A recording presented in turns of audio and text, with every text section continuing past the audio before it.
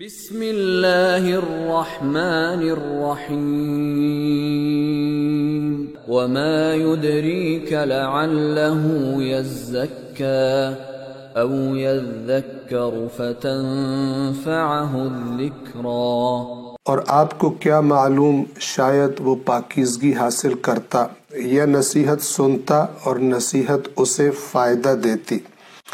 گزشتہ درس میں ہم نے آیت نمبر 3 کے الفاظ کے معانی کا بیان مکمل کر لیا تھا۔ آیت نمبر 4 کے الفاظ کے معانی کی طرف توجہ فرمائیں۔ پہلا حرف ہے او، اس کا اردو زبان میں ہم ترجمہ کرتے ہیں یا سے، جیسے ہم کہتے ہیں یا یہ بات ہے یا وہ بات ہے، تو اس یا کے لیے عربی زبان میں لفظ او استعمال ہوتا ہے، لیکن توجہ فرمائیں یہ حرف او بعض اوقات اس کے اور معانی بھی ہوتے ہیں کہ انشاءاللہ جب ایسا موقع آئے گا تو ہم آپ کی خدمت میں عرض کر دیں گے، لیکن اکثر اور زیادہ تر جہاں بھی لفظ او آئے اس کا معنی اردو کا کون سا لفظ ہوتا ہے؟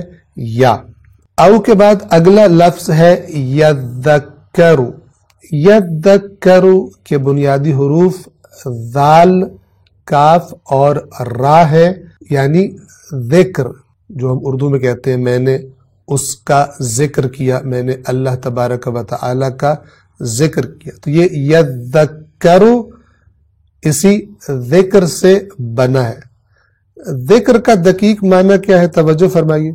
ذکر کا اصل معنی ہوتا ہے یاد کرنا، یعنی مثلا کوئی چیز بھول گئی تھی، اس کو وہ آپ کو یاد آئی تو ہم نے اس کو یاد کر لیا، یا بغیر بھولے یاد رکھنا، بھولنے کے بعد یاد کرنے کو بھی ذکر کہتے ہیں، اور بغیر بھولے یاد رکھنے کو بھی اس کے لیے بھی لفظ ذکر استعمال کیا جاتا ہے، اور یہ ذکر کا معنی ہے۔ اسی طرح ذکر دو طرح کا ہوتا ہے، ایک کو کہا جاتا ہے ذکر قلبی، کہ انسان کی زبان کچھ نہیں بول رہی لیکن اس کے دل میں مثلا اللہ کی یاد ہے، خداوند عالم ہر وقت اس کو اکثر اوقات اس کو یاد رہتا ہے، تو یہ جو دل سے یاد رکھنا ہے، دل میں توجہ رکھنا ہے کسی کی طرف، اس کو کہا جاتا ہے ذکر قلبی۔ اور دوسرا ہے ذکر لسانی۔ لسان عربی زبان میں زبان کو کہا جاتا ہے۔ عام طور پر جو ہم اردو میں لفظ ذکر استعمال کرتے ہیں تو ہم کیا معنی لیتے ہیں؟ میں نے اس کا ذکر کیا، یعنی میں نے زبان سے اس کے بارے میں بات کی، لیکن توجہ فرمائیں ذکر اصل میں اس کا معنی یاد کرنا یا یاد رکھنا ہے، چاہے زبان سے بولے انسان چاہے زبان سے نہ بولے۔ اور اگر آپ غور فرمائیں تو زبان سے کب ذکر کرتا ہے انسان؟ کہ جب پہلے دل سے وہ بات نکلی ہو، جب پہلے دل میں مثلا اللہ کی یاد آئی، اب آپ نے زبان سے مثلا تذکرہ کرنا شروع کیا، اللہ کا ذکر کرنا، اللہ کا نام لینا شروع کیا۔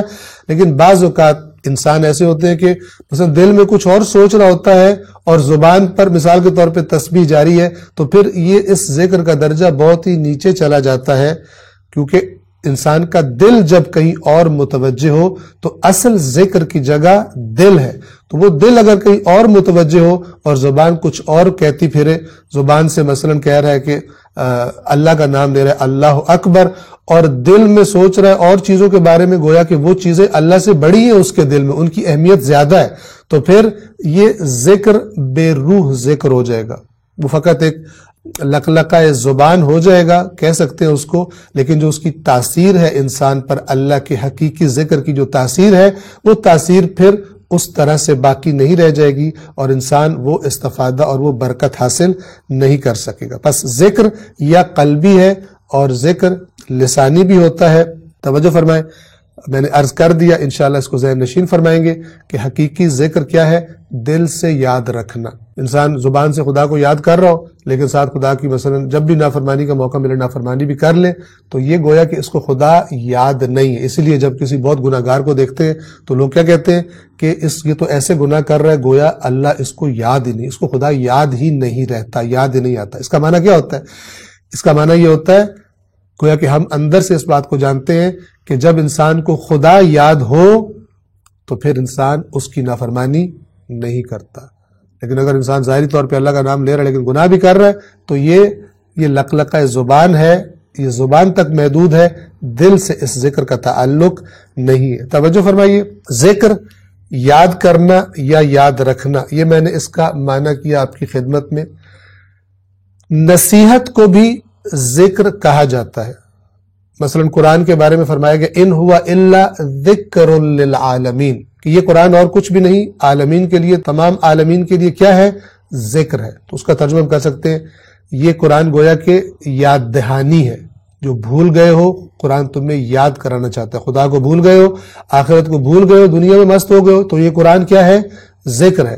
اور بعض اوقات اسی ذکر کا ہم ترجمہ کیا کر دیتے ہیں؟ یہ قرآن کریم اور کچھ نہیں بلکہ عالمین کے لیے ایک نصیحت ہے۔ تو نصیحت اور یاد دہانی یہ آپس میں ملتے جلتے ہیں۔ نصیحت کیا ہوتی ہے؟ جب کوئی نصیحت کرتا ہے ہمیں تو وہ گویا ہمیں کچھ یاد دہانی کروا رہا ہوتا ہے کہ تم جس راستے پہ جا رہے ہو اس کا نتیجہ ٹھیک نہیں ہے، تمہارے ہاتھ میں برا نکلے گا، اس راستے پہ نہ چلو۔ تو بعض اوقات انسان کو خود بھی پتا ہوتا ہے کہ میں جس راستے پہ جا رہا ہوں گناہ کے راستے پر، یہ برا راستہ ہے، لیکن کسی بھول چکا ہوتا ہے گناہ کی لذت کی وجہ سے، اس کو بھول جاتا ہے، وہ متوجہ نہیں ہوتا، اس کی ساری توجہ اسی گناہ کی لذت کی طرف ہوتی ہے۔ لیکن کوئی نصیحت کرنے والا، کوئی یاد دہانی کروانے والا اس کو آ کے نصیحت کرتا ہے، اس نصیحت سے وہ اس کو یاد دہانی ہو جاتی ہے۔ تو اس لیے ذکر کا ترجمہ نصیحت بھی کیا جاتا ہے۔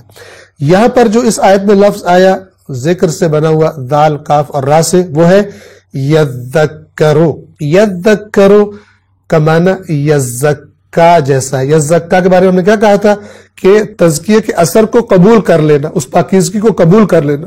اسی طرح یذکرو ہے کہ آ کر کوئی یاد دہانی کروائے، اور یذکرہ تو اس نے، وہ انسان جس کو یاد دہانی کروائی گئی ہے، جس کو نصیحت کی گئی ہے، وہ اس نصیحت کو قبول کر لے۔ یزکا پاکیزگی کو قبول کر لے، یذکرہ یعنی اس کے سامنے اچھائی کا ذکر کیا گیا، نصیحت کی گئی تو اس نے اس ذکر کو قبول کر لیا۔ لہٰذا ہم نے اس کا جو ترجمہ کیا وہ کیا ہے؟